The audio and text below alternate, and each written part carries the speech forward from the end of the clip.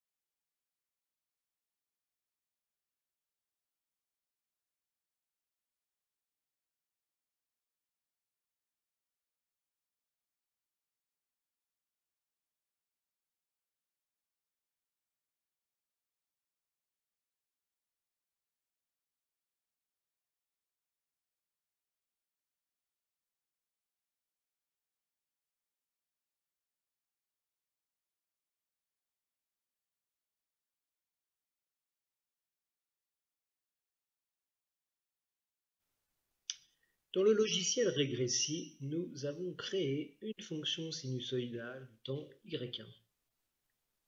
Elle a pour amplitude y1 max, et nous voyons ici que y1 max est égal à 2. Elle a pour période temporelle grand T, et la période grand T est égale à 1 seconde. Nous allons maintenant ajouter une autre fonction sinusoïdale, mais ici nous allons rajouter une phase à l'origine qui sera variable. Pour y1, la phase à l'origine vaut 0. Pour y2, nous allons faire varier cette phase. Ainsi, les fonctions y1 et y2 seront déphasées d'une valeur phi que nous pouvons régler ici. Nous mettons la fonction y2 à l'affichage. Pour l'instant, le déphasage étant nul, les deux courbes sont parfaitement superposées. Nous créons ensuite une fonction y du temps qui est égale à la somme de et y2. Affichons-la.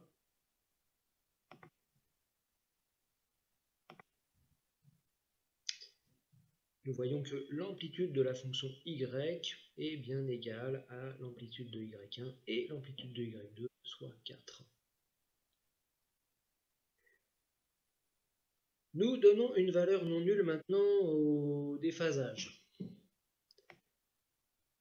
Ici, nous avons créé un décalage temporel entre les deux fonctions. Nous voyons par exemple que la fonction rouge, y2, est en avance sur la fonction bleue, y1. on avance d'une demi-seconde, c'est-à-dire de t sur 2. Dans ce cas-là, la somme des deux est 0.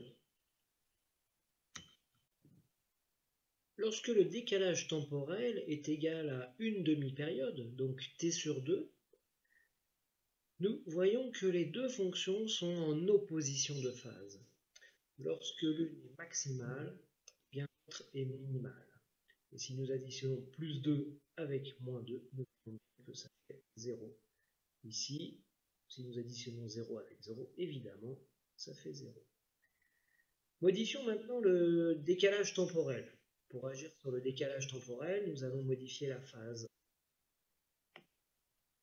Augmentons maintenant le décalage temporel entre les deux. Il était de t sur 2, et bien maintenant nous l'augmentons encore, et là il est égal à t. Maintenant, égal à grand T. Lorsque le décalage temporel est égal à la période, nous voyons que les deux courbes, rouge et bleu, sont superposées. On dit qu'elles sont en phase. L'amplitude de la fonction somme des deux est alors maximale. Nous augmentons encore le décalage temporel entre les deux courbes. Il va t sur 2, position de phase, somme des deux va être 0. Lorsqu'il vaut t actuellement, l'amplitude de la somme est maximale. Décalons encore pour obtenir une demi-période de plus. Voilà.